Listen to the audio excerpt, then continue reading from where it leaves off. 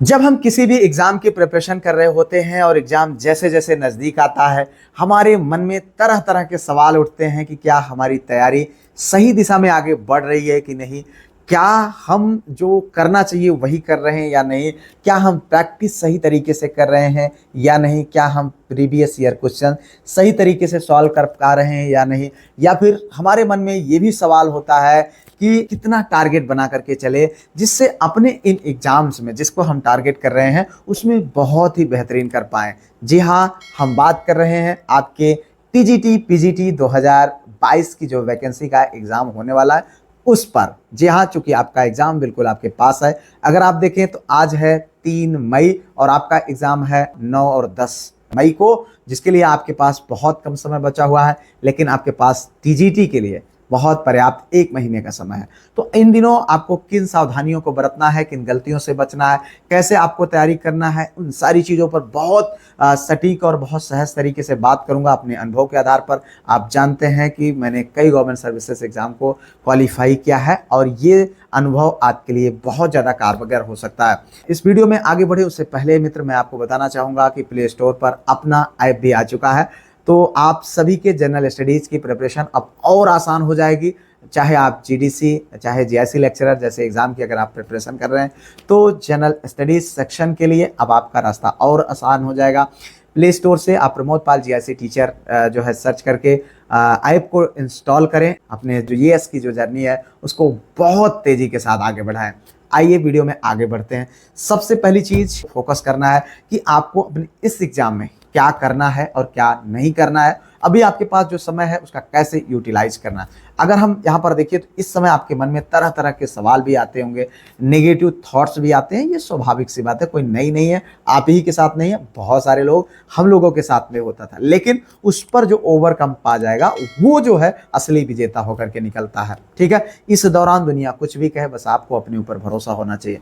मेरा भी एग्जाम था जब तो उस दौरान तमाम तरीके के सवाल चलते थे मेरे भी मन में, तमाम तरीके के लोग बातें करते थे, लेकिन मुझे मेरा सिर्फ लक्ष्य नजर आना चाहिए। ठीक है, तो ये पॉजिटिव माइंडसेट आपके लिए, आपके सक्सेस के लिए बहुत ज़्यादा जरूरी है। उसके साथ साथ अब एक बात समझ लीजिए कि आपके खास करके टीजीटी पीजीटी एग्जाम की अगर हम बात करें तो आपको कुछ नया ट्राई करने की ज़रूरत नहीं है। जी हाँ, मैं ऐसा इसलिए कह रहा हूँ कि चूंकि आपकी वैकेंसी आज की नहीं है, 2022 की है। जी हाँ, 2022 आपने पढ़ा, 23 पढ़ा, 24 पढ़ा, 25 पढ़ा और मिड 26 चल रहा है, यानी लगभग 5 साल होने वाले हैं। तो अगर आप देखें तो इन 5 सालों में आपने अपने सिलेबस को बहुत अच्छे से पढ़ लिया होगा, लेकिन जितना आपने अच्छे से पढ़ा है उसका आपका रिवीजन भी होना चाहिए। नहीं तो दिक्कत ये होती है कि अंतिम समय में हमारे मन में ये होता है कि यार ये प्रैक्टिस बैच आया हुआ है, ये ऐसा बैच आया है, इसको खरीद लूँ, ये किताबें ला लूँ, ये मेरे लिए कारगर साबित हो जाए। नहीं मेरे भाई, जो आपके पास मटेरियल है उसका सकारात्मक इस्तेमाल करिए। जो किताबें हैं उनको आप एक किताब को जो है 10 बार पढ़िए। ठीक है, 10 किताबों को एक बार पढ़ने से बेहतर है एक किताब को 10 बार पढ़िए। और जो चीज़ें हैं आपके पास, जो नोट्स आपने बनाई हुई है, सबसे ज़्यादा भरोसा आप अपने उस नोट्स पर करिए, चूँकि आपने उसको अपने खून पसीने से, मेहनत से उसको बनाया है। और अंतिम समय पर अगर आप उस पर भरोसा, उससे आप भरोसा उठा लेंगे तो निश्चित तौर पर फिर कहीं ना कहीं आप, इसका मतलब है कि आप अपने एग्जाम को लेकर के कॉन्फिडेंट नहीं हैं। इसलिए 3 चीज़ें मेरी ध्यान रखना। पहला तो आपका जो है रिवीजन, दूसरा आपका प्रैक्टिस, तीसरा आपका PYQ। जी हाँ, अब आप, जितना इंपॉर्टेंट है आपका रिवीजन करना, जितना इंपॉर्टेंट है प्रैक्टिस करना, उतना ही इंपॉर्टेंट है आपका जो है PYQ को भी सॉल्व करना। जी हाँ, PYQ जब आप सॉल्व करते हैं तो आपको एक आइडिया लगता है।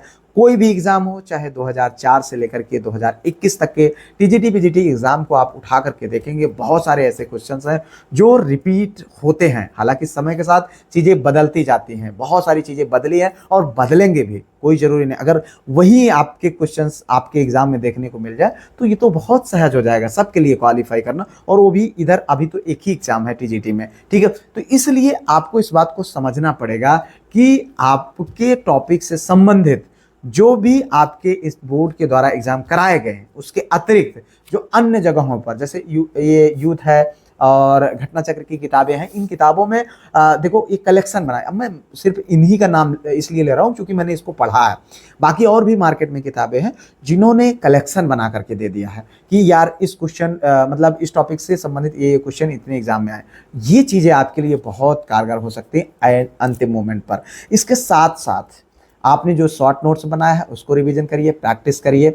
प्रैक्टिस कैसे करेंगे इस पर आपको विशेष ध्यान देना है मेरे भाई। देखो मार्केट में तो बहुत सारे प्रैक्टिस सेट अवेलेबल हैं, आप चाहे कुछ भी लीजिए, जो भी लीजिए, आप देख लीजिए कि गलतियां ना हो उसमें। और उसके साथ एकदम बिल्कुल आपको अपने एग्जाम मोड में शिफ्ट होकर के प्रैक्टिस करना है। जी हाँ, जैसे अभी मैं आप देखें चेयर टेबल पर मैं बैठा हूँ, यहाँ पर आप ये माने कि आप सिर्फ और सिर्फ जो है अपने एग्जामिनेशन हॉल में बैठे हैं और एग्जामिनेशन हॉल में आपके सामने 2 घंटे का समय है और उन्हीं 2 घंटे में आपको ओएमआर में गोला भरना है और वो जो इन्विजिलेटर्स होते हैं वो भी, उनकी भी गतिविधियां करानी है। ठीक है, कम से कम 10-15 मिनट आपका निकल ही जाना है। ठीक है, कम से कम आपके पास 100 मिनट मिलते हैं और आपके पास क्वेश्चन है 120 और उन क्वेश्चन में कुछ ऐसे क्वेश्चंस हैं जो आपसे मतलब बहुत आसानी से आप सॉल्व कर सकते हैं, लेकिन गलती हो सकती है जल्दबाजी में। और कुछ ऐसे क्वेश्चन हैं जो समय लेंगे, थोड़ा सोचने को मजबूर करेंगे, मैथ्स वालों के लिए तो और उनको सॉल्व करने को मजबूर करेंगे। तो यहाँ पर अगर आप अपने आप को चेयर टेबल पर रख करके 2 घंटे का टाइम शेड्यूल बना करके समय के अंदर प्रैक्टिस करते हैं और एक ओएमआर आप ले लीजिएगा, मार्केट में मिल जाएगा आपको, 120 क्वेश्चन का गोला भरने की प्रैक्टिस करिए।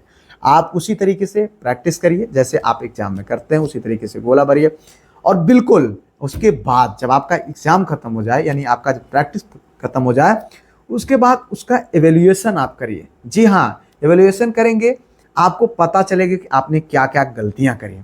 उस गलती पर कम से कम आप उन टॉपिक को समझिए कि यार आखिर इस क्वेश्चन को मैंने क्यों गलत किया। और आप देखेंगे जैसे जैसे आप प्रैक्टिस करेंगे, पहले प्रैक्टिस करेंगे तो कुछ ऐसे क्वेश्चन गलत आपसे होंगे जो आप गलत नहीं करना चाहिए और आप इसको जानते हैं।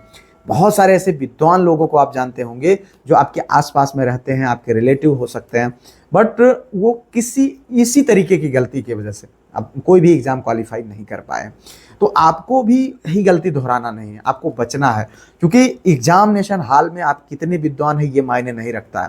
आप उन जो क्वेश्चंस आए हुए हैं उन क्वेश्चन को कैसे सहजता के साथ उसका आंसर दे पा रहे हैं ये मायने रखता है। आपको खूब आता है, गोला न भर के आइए, एक कौ क्वेश्चन ना करके आइए। क्या कौन जानेगा कि आप विद्वान हैं, भगा देगा, बोर्ड बुलाएगा ही नहीं आपको। तो आपके पास कुछ भी ना हो लेकिन आप एग्जाम में बेहतर कर गए तो समझो आप सिकंदर है। यही होती है असलियत। तो उसको हमको समझना है कि कैसे अपनी जो एग्जामिनेशन हॉल में होने वाली जो गलतियां हैं उन पर हम फोकस कर सकते हैं। एक बात आप और ये समझिएगा मेरे भाई कि इस समय बहुत सारे एग्जाम्स हैं साथ में, चाहे आपका एलटी ग्रेड मेंस हो या फिर आपका जीआईसी लेक्चरर प्रीलिम्स एग्जाम हो। अब बहुत सारे लोग कन्फ्यूजन में भी हैं, तैयारी भी कर रहे हैं, जीडीसी का भी एग्जाम है। ठीक है, तो आपके मन में सवाल चलता है कि यार कैसे, किस पर ज़्यादा फोकस करूं, क्या करूं क्या ना करूं। लेकिन जब अगर आप डिसाइड कर लेंगे कि सामने मेरे ये एग्जाम है, इसको ही मुझे टारगेट करना है और उसी को आप प्रतिबद्ध होकर के तैयारी करेंगे तो आपके लिए रास्ता बहुत सहज हो जाएगा और तब तक ये सारे कन्फ्यूजन आपके दूर हो जाएंगे। इस बात को आप समझ लीजिए। लेकिन अगर आप कन्फ्यूजन में रहेंगे तो रास्ता निश्चित तौर पर मुश्किल होगा। इसलिए मैं आप लोगों को यही कहूँगा कि जो आपका समय है उसका सटीक इस्तेमाल करिए। और हाँ, आप सबके सवाल रहते हैं कि सर जो है क्या सेफ स्कोर हो सकता है। मेरे भाई, आपका टीजीटी पीजीटी का एग्ज़ाम है और हमारे जैसे व्यक्ति के लिए इस विषय पर बात करना मैं उचित नहीं समझता हूँ, लेकिन मैं बात करूँगा चूँकि इसलिए कि एक अपने माइंड में टारगेट होना चाहिए कि हम अपने इस एग्ज़ाम में कितना टारगेट बनाकर चलें जो हमारे लिए सेफ हो सकता है। हालांकि ये सब कुछ निर्भर करेगा आपके एग्जामिनेशन मतलब पेपर पर, जो एग्ज़ाम में जो पेपर आपको मिलेगा उसके लेवल पर कि टफ, मॉडरेट या जो भी इजी कैसा बनेगा। अगर इजी बनेगा तो मेरिट ज़्यादा जाएगी, टफ बनेगा तो कम जाएगी। जैसे आप जानते हैं 2021 में जहाँ हिंदी और सोशल जैसे विषयों की मेरिट 120, 20, 25, 22 क्वेश्चन तक जाती थी, वहाँ जो है 90, 95 या 80 तक जो है सिलेक्शन हो गया सिर्फ एक एग्जाम में।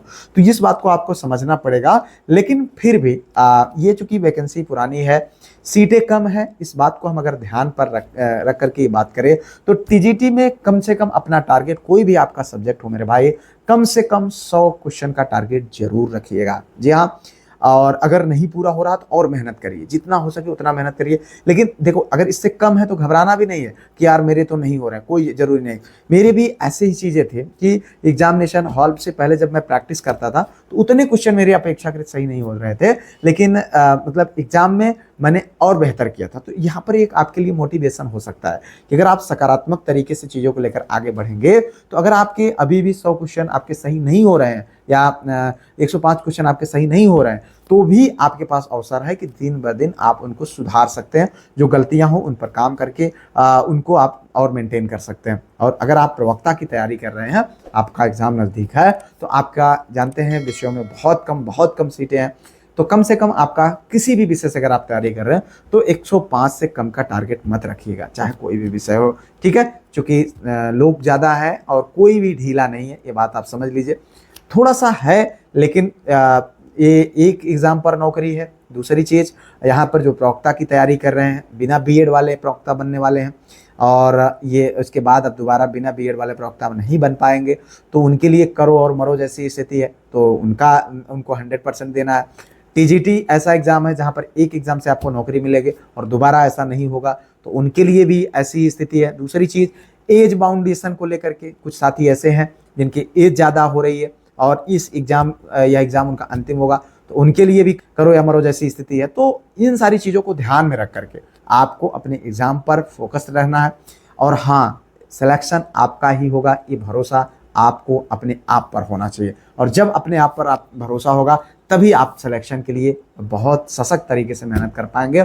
इन्हीं शुभकामनाओं के साथ इस वीडियो से विदा लेंगे। और हाँ, ऐप जरूर इंस्टॉल करिएगा और उसके बाद अपने जीएस की तैयारी को एक नई दिशा दीजिए। आपके लिए एक स्पेशल प्रैक्टिस सेट लाया गया है जो अगर आप जीआईसी लेक्चरर के एग्जाम की तैयारी कर रहे हैं उसके लिए रामबाण साबित होगा।